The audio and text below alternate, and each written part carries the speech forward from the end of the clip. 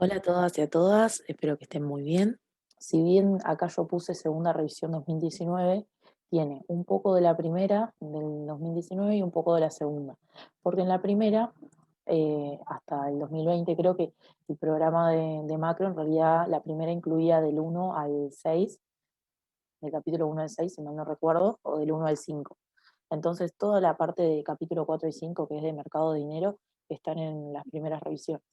En cambio, en la segunda hay un poco del modelo keynesiano y un poco del MOVA. Esto es simplemente una aclaración de que si ustedes van directamente al EVA de la letra, probablemente no tengan que andar de acá para allá buscando las letras y me parece que era más dificultoso, así que por eso se las escribí. Comencemos nomás. La pregunta uno dice, ¿en qué condiciones existe creación secundaria de dinero? O sea, la creación que realizan los bancos comerciales. Y las opciones que nos dan son cuando la propensión del público a mantener dinero es del 100%, cuando los bancos comerciales tienen un encaje legal del 100%, cuando el cociente de la base monetaria sobre la cantidad de dinero es mayor a 1, o cuando el cociente de la cantidad de dinero sobre la base monetaria es mayor a 1. En primer lugar, nos da la opción A y B, dos situaciones en la cual la propensión del público a mantener dinero es del 100%, o sea, el parámetro B, que mide justamente eso, sería igual a 1, por lo tanto, la propensión del público a depositar sería 0, y tenemos en donde los bancos comerciales tienen un encaje del 100%, o sea, donde el parámetro E minúscula, que mide justamente eso, sería también 1.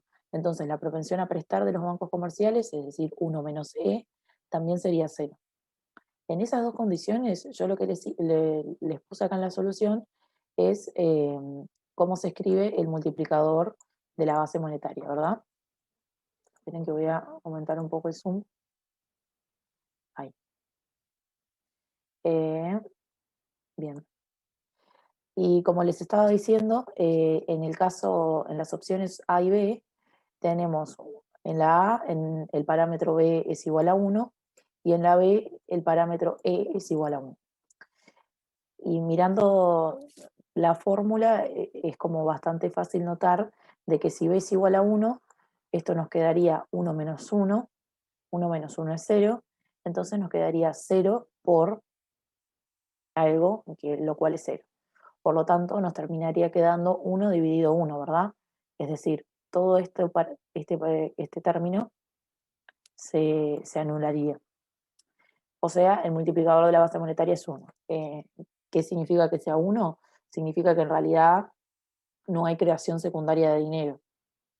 Los bancos comerciales no están creando dinero. Solamente está la base monetaria del Banco Central. Y eso, el multiplicador de la base es 1, tanto en el caso de que B sea igual a 1 o de que E sea igual a 1. ¿Sí? Y en realidad como la interpretación tiene bastante lógica, ¿no? Si en realidad el público, eh, el 1 menos B, es decir, la propensión del público a depositar es 0, nosotros sabemos que los bancos comerciales pueden crear de forma secundaria dinero porque a través de cierto público que deposita, con ese dinero los bancos comerciales conceden préstamos o créditos a otros agentes, a las mismas familias o empresas. Entonces, si directamente no hay público que deposite, los bancos no tienen cómo financiar esos créditos y por lo tanto no pueden crear dinero. Y a su vez, en el caso en el que E es igual a 1, si el encaje legal es del 100%, o sea, el Banco Central está obligando a los bancos comerciales de que tengan un encaje máximo, por así decirlo, eh, eso consiste en de que tengan en dinero, ya sea en dinero en realidad o en depósitos a la vista depositados en el Banco Central, lo que les exige es que toda su caja, por así decirlo, lo tengan en dinero. Entonces, no los están como penalizando, no les permiten hacer préstamos. Entonces, en ambas situaciones, por eso el multiplicador de la base nos daría 1, porque ya sea porque en realidad el público mantiene su dinero en el bolsillo o porque el Banco Central le imposibilita prestar, En ambas situaciones, el multiplicador de la base monetaria es igual a 1 y no existiría creación secundaria de dinero. Ahora, veamos las opciones C y D. Mm, ay, esperen que quiero mover. Ahí. La C nos dice cuando el cociente de la base monetaria sobre la cantidad de dinero es mayor a 1 y cuando el cociente de la cantidad de dinero sobre la base monetaria es mayor a 1. Ahora, recordemos, a su vez, de que se cumple esta ecuación, ¿no? De que el multiplicador de la base monetaria es igual a M2 sobre la base monetaria, a ese cociente.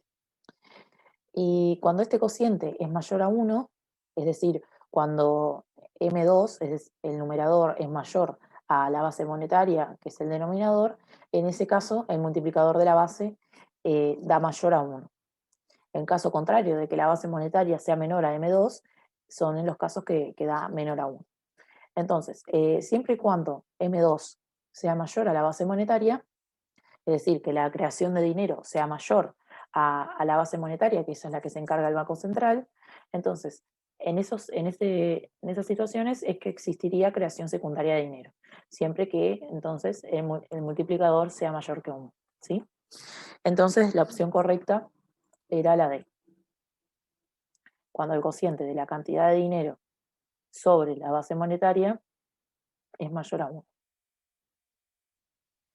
Sigamos. La opción 2 dice, un banco puede prestar dinero al público cuando el encaje real es mayor al encaje teórico, el encaje real es menor al encaje teórico, el Banco Central impone encajes iguales a los depósitos del público y el público mantiene todo su dinero bajo la forma de efectivo.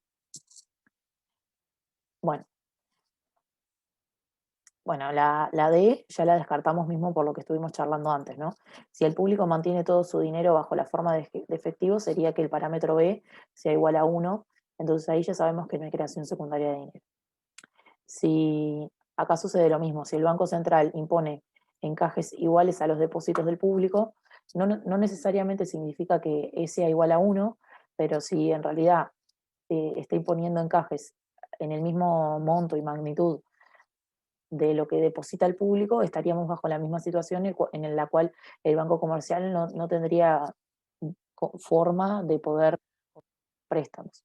Entonces ahí tampoco habría una prestación de dinero por parte del Banco Central. Entonces nos quedaría ver estas dos opciones, ¿no? Y veamos, si se acuerdan, la situación de encaje se escribía de la forma en la que, entre la diferencia entre encaje real y encaje teórico. Si el encaje real, entonces, es mayor al encaje teórico, la situación de encaje nos daría que es mayor que 0, que es positiva. Cuando la situación de encaje es positiva, el banco comercial tiene un superávit de encaje. ¿Y qué significa que tiene un superávit de encaje?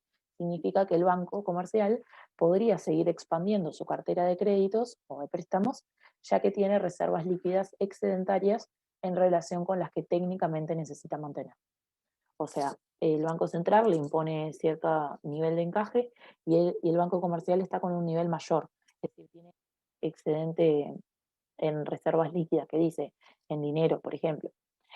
Entonces, ese excedente en realidad lo podría utilizar para seguir prestando, ¿sí? Así que la opción correcta es la A. A su vez, nosotros vimos, no sé si la clase pasada, un ejercicio en el cual nos pedían hallar el multiplicador teórico y el multiplicador efectivo. Y como ven, el multiplicador efectivo, es decir, el encaje, el que está asociado a la tasa de encaje real, nos había dado 2,32. Y en cambio el multiplicador teórico, el que impone el Banco Central, nos había dado 2,5. ¿Por qué era esto? Porque el encaje, estábamos frente a una situación como la que plantea la letra de este ejercicio, en el cual la tasa de encaje real era 0,24 frente a la tasa de encaje teórica que era 0,2. Como ven, en este caso estaríamos frente a una tasa de encaje real mayor a la tasa de encaje teórico. Por lo tanto, el multiplicador, o sea, la creación secundaria de dinero es menor en el caso real porque en realidad esta tasa de encaje real es mayor. Es decir, si en realidad el banco comercial que lo pueda hacer bajaría de 0,24 a 0,2, que es la tasa de encaje teórico mínima que le obliga el Banco Central, podría estar multiplicando 2,5 veces la creación primaria de dinero. Entonces, volvamos. El ejercicio 3 dice, cuando la suba de reservas internacionales del Banco Central se acompaña con una caída en igual magnitud de su crédito interno neto, y nos dice la base monetaria sube, sube la creación primaria de dinero, sube la creación primaria de dinero, la base monetaria no cambia porque el Banco Central esteriliza fondos, sube la creación secundaria de dinero. Entonces, nosotros conocemos, bueno, acá no la escribí, pero déjenme que la escribo por acá.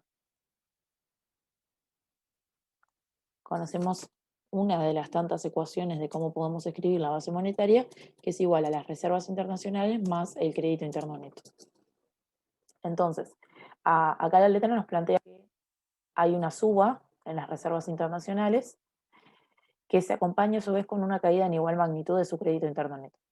Entonces, dado de que ambos términos en realidad son positivos, si hay una suba de RI y a su vez una caída en igual magnitud de crédito interno neto, es como que se netean ambos componentes, ¿estamos de acuerdo? Entonces, el incremento en realidad de la base monetaria es nulo, o sea, se mantiene igual. Lo que sucede es en la interna, por así decirlo, es una modificación de los componentes de los activos y pasivos del Banco Central, pero no, la base monetaria no sube. Entonces la respuesta correcta, estamos en el 3, era la C, de que la base monetaria no cambia porque el Banco Central esteriliza fondos. Esteriliza o también se podría decir que neutraliza los fondos. Bien, veamos, el ejercicio 4 dice, la base monetaria sube si el Banco Central vende moneda extranjera a los bancos comerciales, si, bueno, esta ya creo que es la correcta, ¿no? Porque si vende moneda extranjera a los bancos comerciales, no, perdón, no es la verdadera. El Banco Central vende divisas y a cambio los bancos comerciales le darían dinero o depositarían en su cuenta, ¿no? Entonces, lo que generaría eso es una contracción de la base monetaria. Habría menos dinero circulante. En cambio, ¿qué sucede en estos dos casos? En estos dos casos concede créditos al gobierno, pero uno es financiado con colocación de deuda y otro es financiado con emisión. Cuando se financia con colocación de deuda, en realidad la base monetaria no se ve alterada, no tiene ningún inconveniente frente a eso. En cambio, cuando concede el crédito al gobierno y lo financia con emisión, o sea, le da emisión, dinero al gobierno, en ese caso sí es que está incrementando la base monetaria, ¿verdad? Porque está poniendo más billetes en circulación.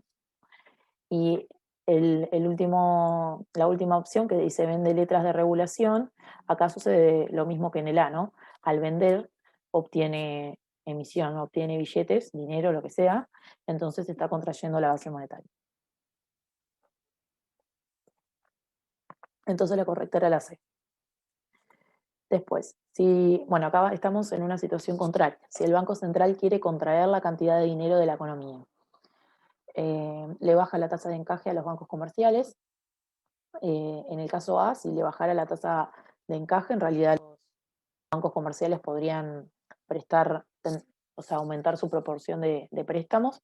Por lo tanto, en realidad, eh, ahí no estás contrayendo la cantidad de dinero, sino que la estás aumentando, ¿sí? Es un incentivo a que los bancos comerciales presten más. Si sube la tasa de redescuentos que le aplica a los bancos comerciales, esa sería la correcta, ¿verdad? Porque al subir la tasa de redescuentos, desestimula justamente los redescuentos y por lo tanto contrae la base monetaria. La situación C, esteriliza aumentos de reservas internacionales. ¿Qué significa este esteriliza? Es que aumenta sus reservas internacionales, por lo tanto em, compra dólares, divisas, cualquiera que sea, y da a cambio billetes, dinero, y eso generaría un incremento en la base monetaria. El Banco Central no quiere que haya ese incremento, entonces lo esteriliza. ¿Cómo lo esteriliza? Bueno, a través de la utilización de operaciones de mercado abierto. Eh, lo que hace, en contrapartida, entonces, para que se genere esa neutralización, es vender títulos en operaciones de mercado abierto. Porque al vender títulos, los agentes le entregan dinero, entonces vende títulos en la misma magnitud en la que incrementaría sus reservas internacionales, entonces ahí obviamente, nuevamente como que se netea ese incremento de la base por parte del Banco Central al comprar reservas con el decremento de la base por el hecho de la venta de títulos. Como les decía, entonces la respuesta correcta en el ejercicio 5 es la B, ya que ya dimos la explicación de por qué no era la A, dimos la explicación de por qué no era la C, y, y bueno, y en la D sucede lo mismo que en la A, ¿no? Al bajar la tasa de descuento, estimularía los descuentos justamente, entonces incrementaría la base monetaria.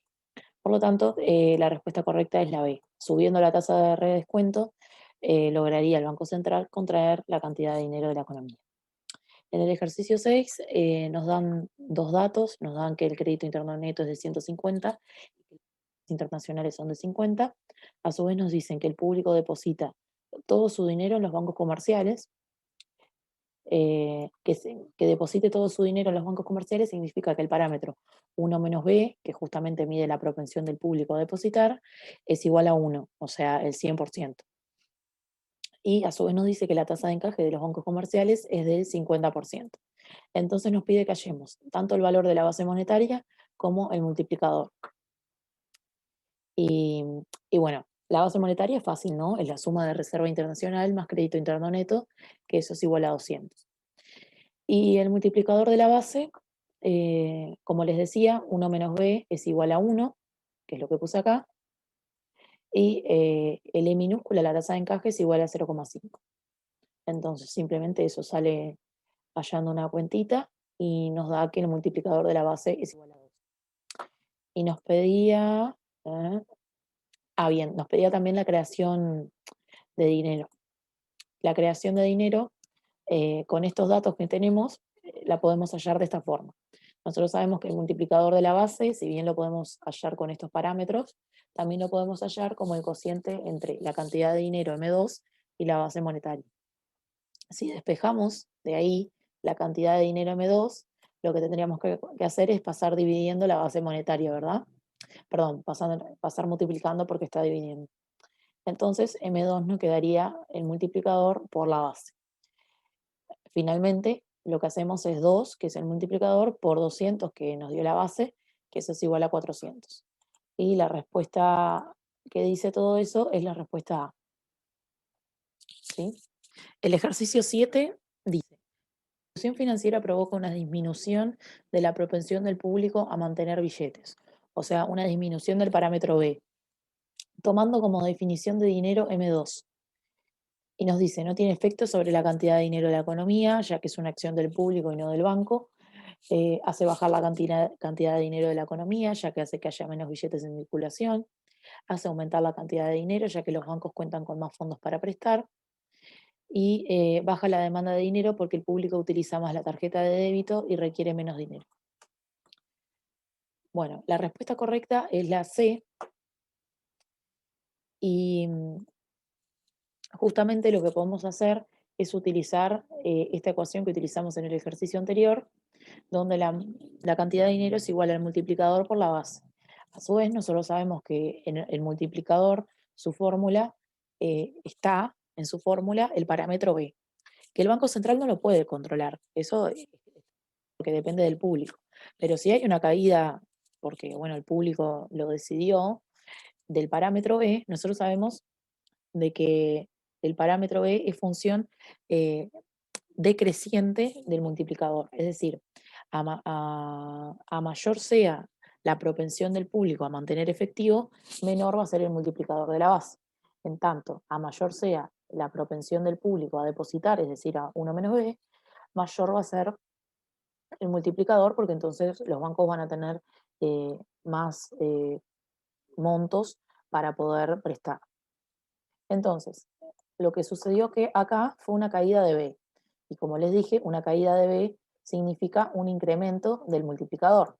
Y a su vez, como M2 está determinado por esta fórmula, un incremento del multiplicador de la base y la base monetaria, supongamos que no varió, por lo tanto, en contrapartida, un incremento de la cantidad de dinero M2. Y bueno, básicamente es lo que dice acá. Por eso es que es la respuesta C, que hace aumentar la cantidad de dinero ya que los bancos cuentan con más fondos para prestar. ¿Por qué? Porque al bajar el parámetro B significa que aumenta el parámetro 1 menos B del público que deposita. Por lo tanto, hay mayor monto de préstamos. Bien.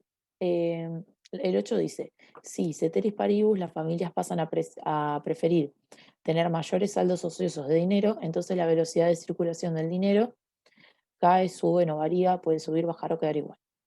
En primer lugar, ceteris paribus significa todo lo demás constante. O sea, si supongamos que pasa esto de que las familias prefieren tener mayores saldos ociosos de dinero, pero a su vez todo lo demás, ya sea la oferta nominal de dinero, el ingreso, etcétera, etcétera, etcétera, todo lo demás se mantuvo constante. Eso es lo que quiere decir ceteris paribus. Entonces, ¿qué pasa con la velocidad de circulación? Eh, Bueno, con los clásicos recuerden que asumen de que la velocidad de circulación es una constante numérica. Sin embargo, nosotros vimos también de que para que se cumpla efectivamente eso, de que sea una constante, tienen que cumplirse tres cosas.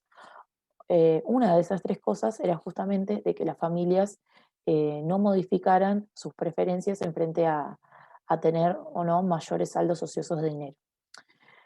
Eh, por lo tanto, como vemos acá, entonces estaríamos en una situación de que sucede ese cambio. Entonces la velocidad de circulación sí va a variar. Si las familias empiezan a mantener mayores saldos ociosos de dinero, la velocidad de circulación va a caer, ya que habría en circulación una menor cantidad de billetes, por lo que los movimientos. Eh, digamos, si las familias en realidad eh, empiezan a mantener mayores saldos ociosos, o sea, no sé, a guardarlo abajo del colchón, eso genera de que la velocidad de circulación caiga porque van a ver, suponiendo justamente esto de ceteris paribus, ¿no? De que la cantidad de dinero ofrecida por el Banco Central no se modificó, pero a su vez entonces pasó esto de que las familias están guardando el dinero en el colchón, lo que sucede es que la velocidad de circulación cae porque hay menos dinero circulando y la cantidad de transacciones que hay son las mismas. Entonces, genera eso, como que se enlentezcan los movimientos. El ejercicio 9 sería entonces esta, ¿no? El ejercicio 9 dice, de acuerdo a la teoría de Keynes sobre la demanda de dinero, si los agentes disponen de liquidez por encima de su demanda transaccional y precautoria y esperan que la tasa de interés se mantenga, a ver, Keynes decía que habían tres motivos, ¿no? Un motivo de transacción, que era igual a lo que decían los clásicos, ¿no? De que la gente demanda dinero debido a este desfasaje temporal entre los ingresos y los gastos. Entonces, necesita tener dinero para poder acceder a bienes y servicios. Después, el motivo precaución también estaba vinculado al transacción, pero era justamente precaución porque eran cosas como no habituales, no como situaciones esporádicas o imprevistas, para los que se necesitaba también mantener dinero. Y después teníamos el motivo de especulación que estaba vinculado a la tasa de interés y era justamente decreciente la demanda de dinero por motivo de especulación a la tasa de interés. ¿Qué sucedía cuando la tasa de interés se esperaba de que no variara? Bueno, lo que dice Keynes es que frente a esa situación, lo conveniente sería comprar bonos en este periodo, ya que si bien se espera que la tasa de interés no varíe, siempre va a ser mejor comprar bonos porque te brindan, mejor dicho, cierta rentabilidad que sería el parámetro R mayúscula que nosotros habíamos visto cuando vimos esto de los precios de los bonos. Entonces, esa rentabilidad ya te garantiza o te condiciona a que deberías de comprar bonos porque nosotros sabemos de que el dinero no tiene rentabilidad. A su vez, o mejor dicho, el dinero pierde rentabilidad siempre que haya inflación. Entonces, el dinero no genera intereses, puede perder rentabilidad en casos inflacionarios. Entonces, por eso la mejor opción es la de comprar bonos. Obviamente, si en realidad se espera de que la tasa de interés aumente o baje en el próximo periodo, ahí la situación puede cambiar. Pero creo que hay ejercicios de eso.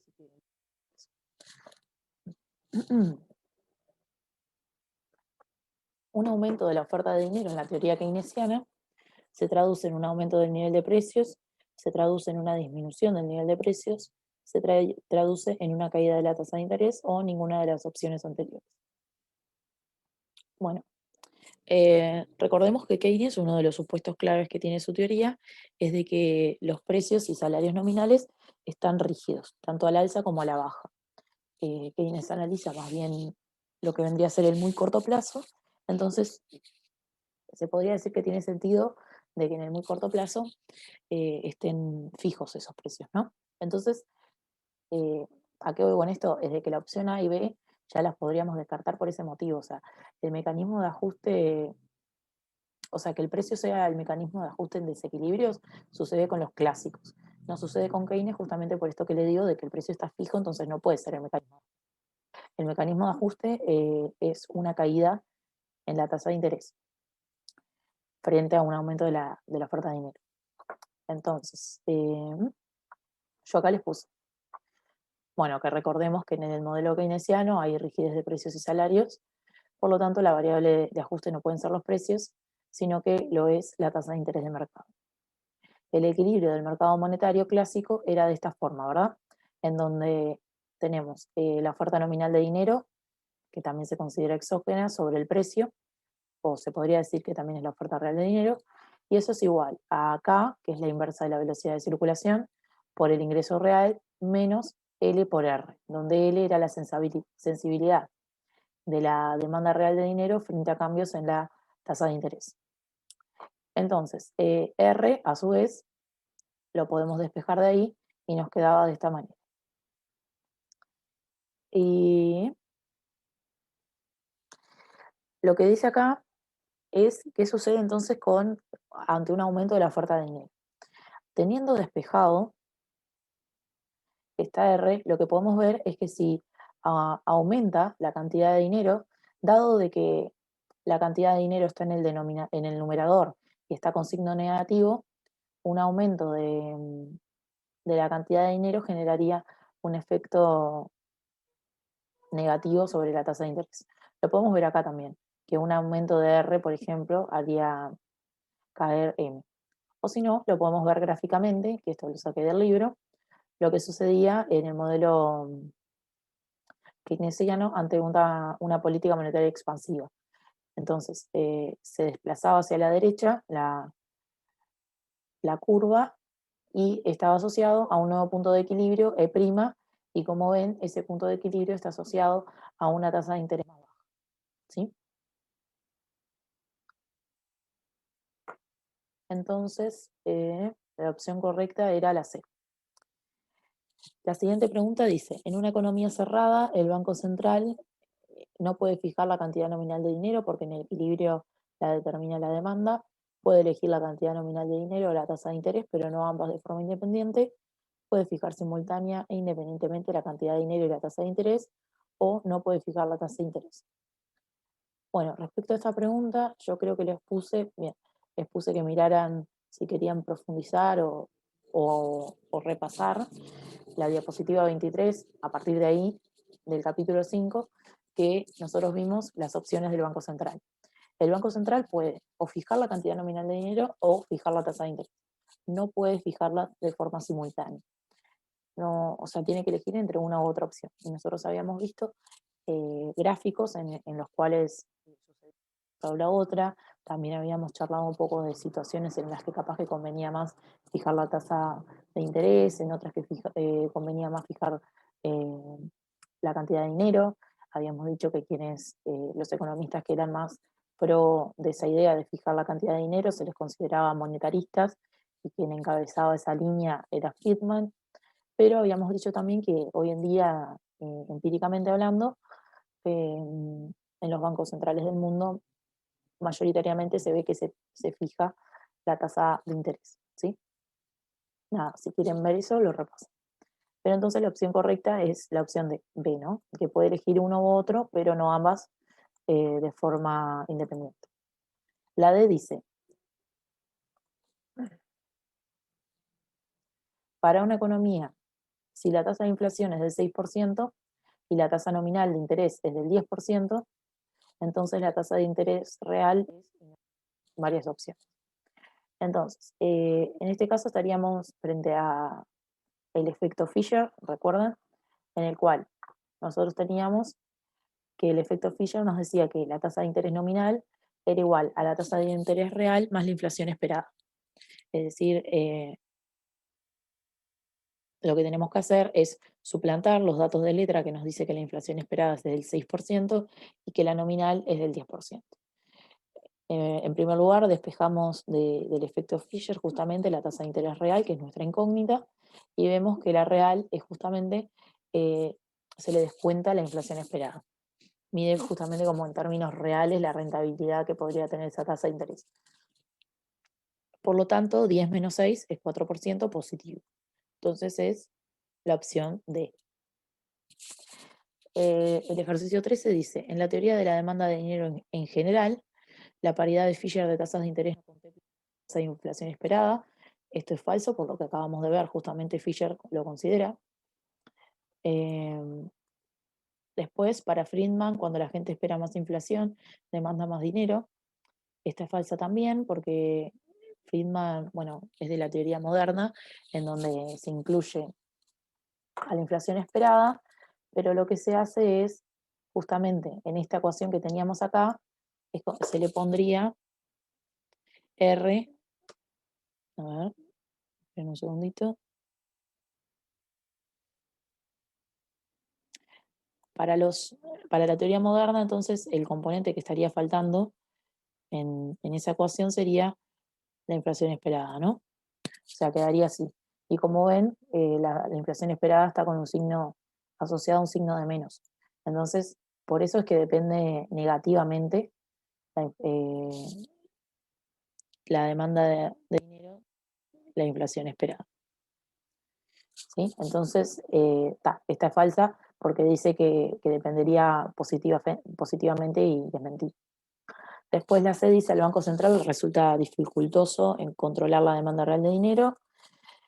Y la D dice que Keynes no innova con el motivo de especulación de los agentes por demandar dinero. También esa es falsa porque justamente lo que incorpora Keynes nuevo es el motivo este de especulación. Entonces la correcta, se podría decir que por descarte, es el tema del Banco Central, que no le resulta dificultoso controlar la demanda real de dinero. ¿Y por qué le resulta dificultoso? Bueno, porque la demanda real de dinero, ya sea desde el enfoque clásico keynesiano, tiene componentes que no puede controlar el Banco Central, como son el ingreso real o la velocidad de circulación. Esos dos componentes están tanto en el modelo clásico como en el modelo keynesiano, y es algo que justamente no puede controlar el Banco Central. Vimos ya un motivo de que podría variar la velocidad de circulación, y es que el público quiera mantener más o menos saldos ociosos de dinero, y eso justamente tiene que ver con el público. Entonces el Banco Central no, al menos no explícitamente, no lo puede controlar. Pregunta 14. A lo largo de la oferta agregada al modelo clásico, las empresas de la economía siempre producen el nivel de producto de pleno empleo potencial, independientemente del nivel de precios. Bueno, esa es la correcta, ¿no? Eh, ¿para qué leer más? Recuerden que la oferta agregada, lo que hacíamos era primero hallar el equilibrio en el mercado de trabajo, después cuando teníamos el empleo de equilibrio íbamos a la función de producción no clásica y encontrábamos el producto de pleno empleo. Y ese producto de pleno empleo que hallábamos era justamente la oferta agregada, la cual la... Voy a tomar un agüita. La cual la graficábamos como una recta vertical en los casos que teníamos en el eje de las X el ingreso o el producto y en el eje de las Y los precios, o en el caso que estamos frente al gráfico encadenado, la graficábamos como horizontal, ¿se acuerdan? Porque se invertían los ejes. Pero lo que voy con esto es que es una recta vertical o horizontal, siempre representando de que es independiente del nivel de precios. Los empresarios siempre producen el nivel de pleno empleo de la economía, independientemente de cuál sea el precio de los bienes. Después dice cuál de estos supuestos no pertenece al modelo clásico: velocidad de circulación del dinero constante, precios y salarios flexibles, competencia perfecta, función de producción con rendimientos marginales constantes. Bueno, acá la opción correcta es la D, porque el supuesto de este función de con rendimientos constantes es del modelo keynesiano simplificado y no del clásico, ¿verdad? Nosotros en el clásico suponemos que la función de producción se maneja con rendimientos marginales decrecientes y no constantes. Y creo, a ver, no les puse más nada, pero esto también lo pueden bichar, si no, en las primeras diapositivas del capítulo 6, donde están los supuestos. Después, la siguiente pregunta dice: en el modelo clásico, los efectos de una emigración de trabajadores sobre los valores de equilibrio de algunas variables relevantes son aumentar, bueno, y ahí nos da varias opciones, ¿no? Vamos a ver en la solución, que creo que es más fácil. Ahí. Bueno, después lo arreglo. Y bueno, acá les puse ver diapositiva 27 del capítulo 6, porque en realidad en el teórico nosotros ya hicimos el caso de migración de trabajadores y después en el práctico habíamos hecho el caso de inmigración, ¿se acuerdan? Y los efectos que se generaban era una caída del empleo, justamente como hay una emigración, es decir, hay trabajadores que se van, una gran masa de trabajadores que se van al exterior, cae el empleo. Al caer el empleo, el cual está en la función de producción, cae entonces el producto, cae el salario nominal, hay un aumento del salario real, del nivel de precios y por consiguiente el salario nominal, ¿no? A ver,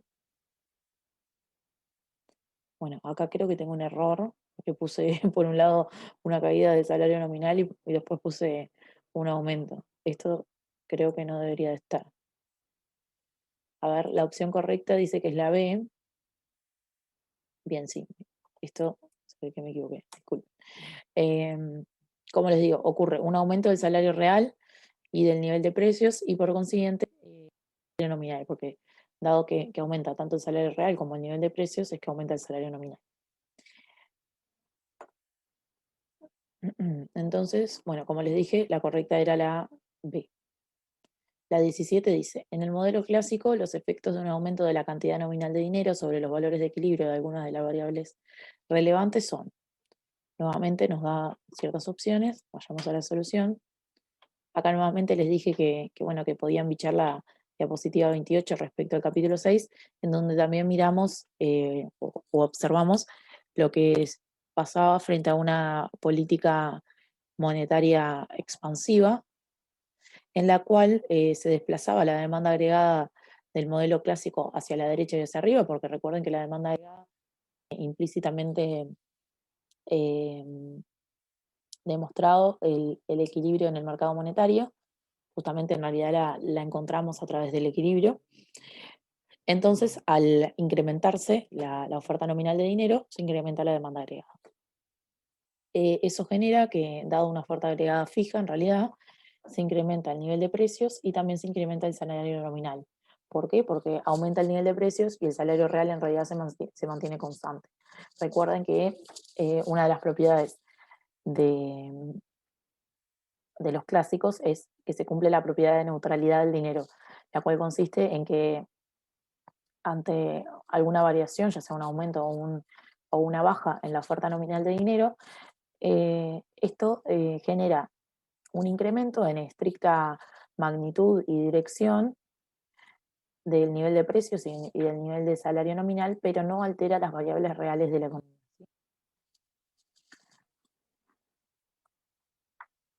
Mismo ya por ese lado, tendrían que saber descartar, por ejemplo, la B, por ejemplo, no, a ver, la C no, podrían descartar la B, porque ya cuando nos dice salario real y en realidad estamos viendo un aumento en la cantidad nominal de dinero en los clásicos, tendríamos que saber que se cumple esto de la neutralidad del dinero y que el nivel de salario real se va a mantener constante, ¿sí? Ah, bueno, la A también, porque dice aumenta el nivel de empleo. Se podrían descartar dos. 18.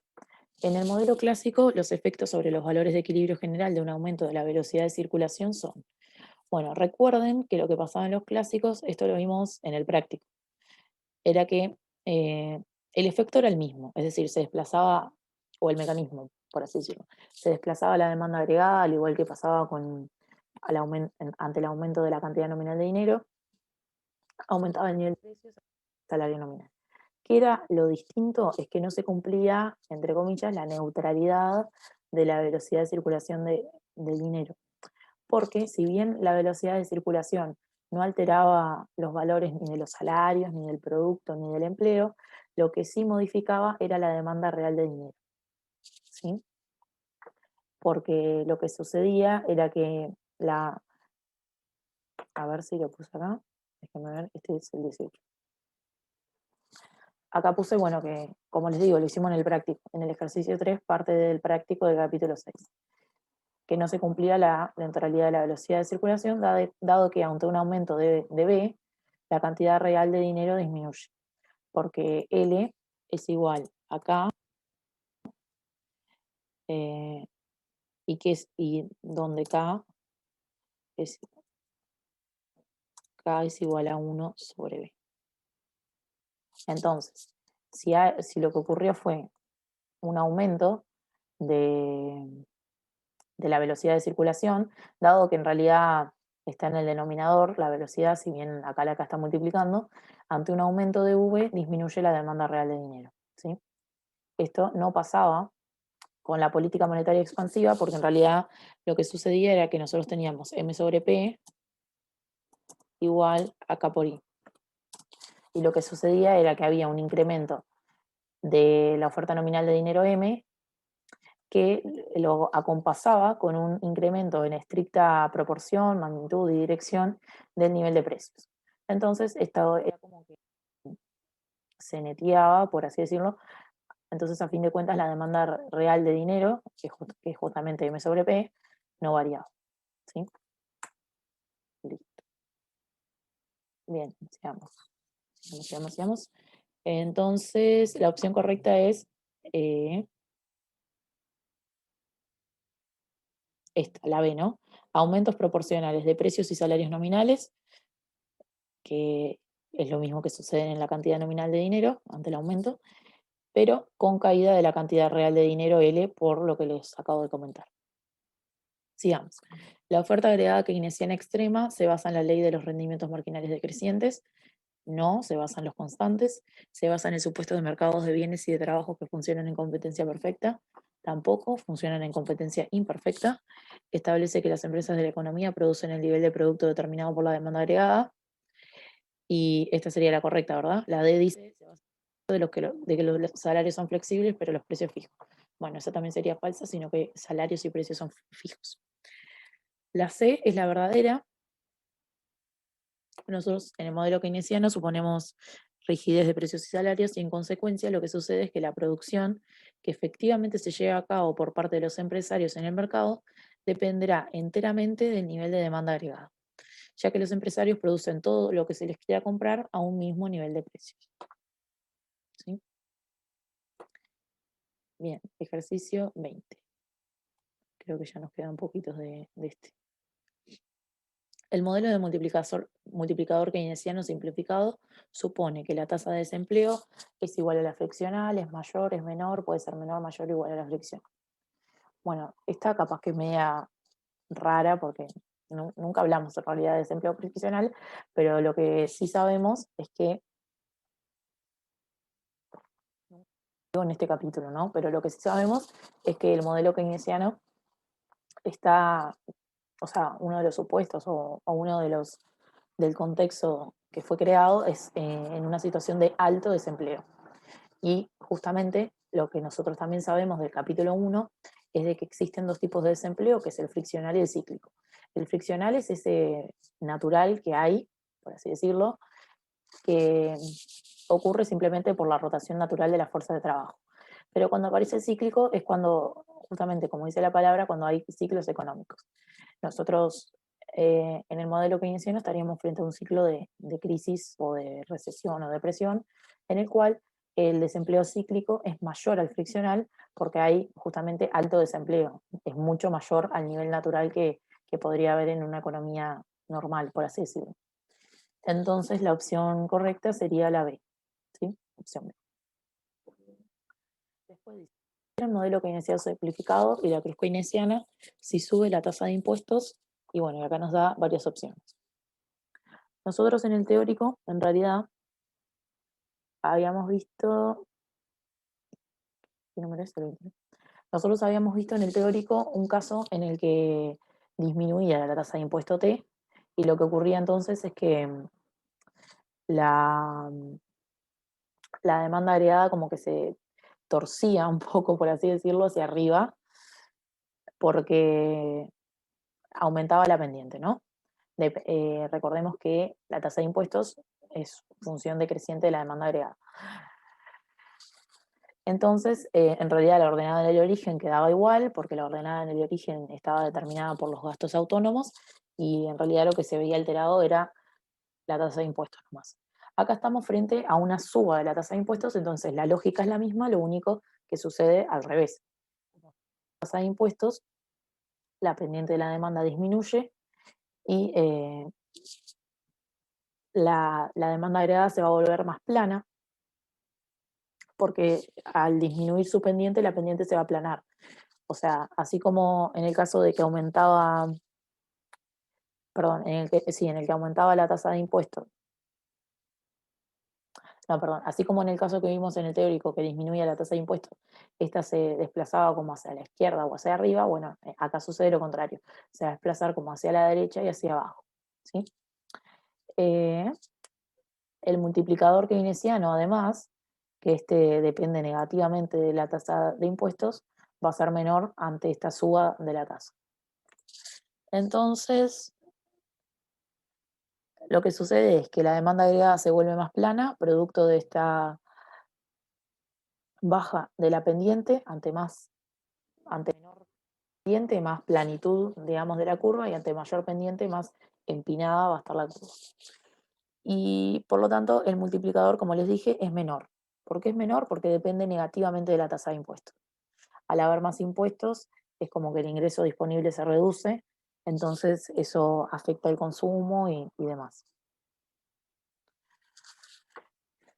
Acá nos dice, considera el modelo keynesiano simplificado. Los multiplicadores de la economía cerrada y abierta son iguales cuando, y acá la opción correcta es la C, no, a ver, es la D, perdón, que es cuando la propensión marginal a importar es igual a cero. La única diferencia o el único componente que incorpora el multiplicador keynesiano asociado a la economía abierta es la propensión marginal a importar Q, la cual la encontramos en el denominador. Entonces, si esa propensión marginal es igual a cero, los multiplicadores son iguales. Modelo keynesiano simplificado de economía cerrada, si la propensión marginal a consumir es cero, ante un aumento exógeno de la inversión de 100, ocurre cualquiera de estas cosas. Entonces, veamos acá la solución, que podemos ver varias cositas en realidad. Nos dice que la propensión, a ver, nos dice que la propensión marginal a consumir es cero. Entonces, en primer lugar, recordemos cómo es la función de producción en el modelo keynesiano, que es el consumo autónomo por la propensión marginal a consumir por el ingreso disponible, o se puede poner I menos T. Entonces, como vemos, si el parámetro 6 igual a 0, este término C por ingreso disponible se iría, ¿no? ¿Verdad? Entonces estaríamos frente a una situación en que el consumo solamente es el consumo autónomo. En esa situación, entonces, no se pondría en marcha el mecanismo del multiplicador que hace que ante un aumento de la inversión crezca también endógenamente el consumo, porque justamente esto se eliminó. ¿Y por qué crecía endógenamente el consumo? Porque aumentaba la inversión, eso hacía aumentar la masa de salarios y beneficios de los trabajadores, aumentaban sus ingresos y al aumentar sus ingresos aumentaba el consumo. ¿Pero por qué al aumentar los ingresos aumentaba el consumo? Bueno, justamente porque la función que establece Keynes del consumo es creciente al nivel de ingreso. Tenemos este parámetro o este término que hace que cuando aumente el ingreso aumente el consumo. Pero si justamente este parámetro es cero, no se pondrá en marcha este mecanismo que hace crecer endógenamente al consumo. Entonces, como que el efecto multiplicador no se lleva a cabo. Entonces, por lo tanto, el incremento de la inversión en 100 tendría en consecuencia un incremento en igual magnitud del producto. Podemos ver eso también utilizando la fórmula del multiplicador. Nuevamente estamos diciendo de que C es cero, entonces podemos poner ahí un cero, entonces nos queda 0 por 1 menos t, lo cual es 0, y nos termina quedando 1 dividido 1, que es 1. Entonces, acá lo que hice fue que utilicé la fórmula del modelo, en donde I es igual a alfa por los consumos autónomos, ¿verdad? Entonces, el incremento del producto va a ser igual a alfa por los incrementos que hayan habido en estos gastos autónomos. Según la letra, el único incremento que hubo fue el de la inversión en un monto de 100, y por lo tanto, y a su vez vimos recién de que el multiplicador es igual a 1, por esto de que C es 0. Entonces, el incremento de I termina siendo 100, justamente la misma proporción o magnitud que tuvo el incremento de la inversión. Bueno, como les decía entonces, el incremento que va a tener el producto, dado de que la propensión marginal a consumir es 0, va a ser igual al incremento que tuvo la inversión. Es decir, en este caso el efecto multiplicador no ocurre. Y es la opción C, de que el producto de la economía crece en un valor igual a 100. Después la pregunta 24 dice, la curva de demanda agregada del MODA se desplaza hacia la derecha y hacia arriba si caen los precios, hacia la derecha y hacia abajo si aumentan los precios, hacia la izquierda y hacia abajo si la tasa de impuestos, si baja la tasa de impuestos, perdón, y hacia la izquierda y hacia abajo si baja la cantidad de dinero. Entonces, la respuesta correcta es la D, que se va a desplazar hacia la izquierda y hacia abajo si baja la cantidad de dinero. Estaríamos frente a una política monetaria contractiva. Y, a ver, la A y la B están mal porque, a ver, los precios pueden caer o pueden aumentar porque justamente en el MODA el mecanismo de ajuste de los clásicos es el nivel general de precios. Pero no es que lo que nosotros analizamos como estáticas comparativas es qué sucede si aumentan los precios, qué sucede si bajan los precios. No, nosotros analizamos, por ejemplo, qué sucede si baja la cantidad nominal de dinero. Y lo que pasa es que el mecanismo de ajuste es, por ejemplo, una caída o un aumento de precios. A ver si es que yo tenía acá la imagen de la política. No, acá estaba la. No, acá era la keynesiana. Bueno, no importa. Pero, bueno, la podemos hacer.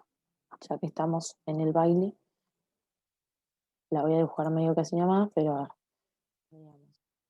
Primero el eje, tendríamos oferta agregada y demanda agregada.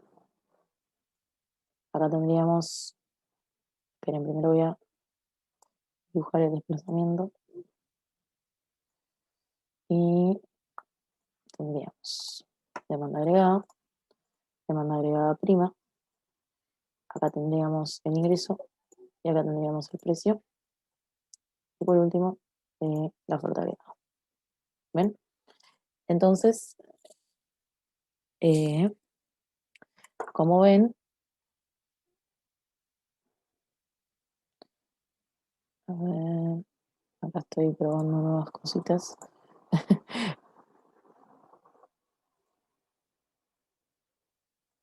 Nada, como ven acá, está asociado a un menor nivel de precio, ¿verdad? Tenemos P y P'. El nivel de precios cae ante una política monetaria contractiva. Eh, lo que quiero que quede claro es de que siempre que les aparezca esto de que la curva de demanda se desplaza por un aumento o baja de precios, eso es mentira, o sea, está mal interpretado. O sea, puede ocurrir de que aumente, por ejemplo, la oferta, aumente o disminuya la oferta de dinero, la velocidad de circulación, eh, no sé, pueden suceder varias cosas, ¿no? Pero, y eso es lo que va a generar un determinado mecanismo de ajuste que haga aumentar o bajar los precios, que por ejemplo en este caso haría bajar los precios, ¿no? Pero no es que la curva de demanda agregada se desplace por aumentos o bajas de precio. Eso tiene que quedar muy en claro. Bueno, entonces por eso, ay, esperen que me quedó un niño ahí boyando, es la opción C, hacia la izquierda y hacia abajo, perdón, la D, hacia la izquierda y hacia abajo si baja la cantidad de dinero. Por último, en el MODA, la curva de oferta agregada keynesiana básica supone competencia perfecta y función de producción lineal, competencia perfecta y función de producción con rendimientos decrecientes, eh, y la respuesta correcta es la C, ¿no? Competencia imperfecta y función de producción lineal. En esta A y B teníamos la función de producción lineal que estaba bien, pero la competencia perfecta estaba mal. Y en esta teníamos ambas mal. Esto es lo que pasa con los clásicos. Y en esta teníamos que la competencia imperfecta estaba bien, pero la función de producción estaba mal. ¿Sí? Bueno, terminamos la revisión 2019.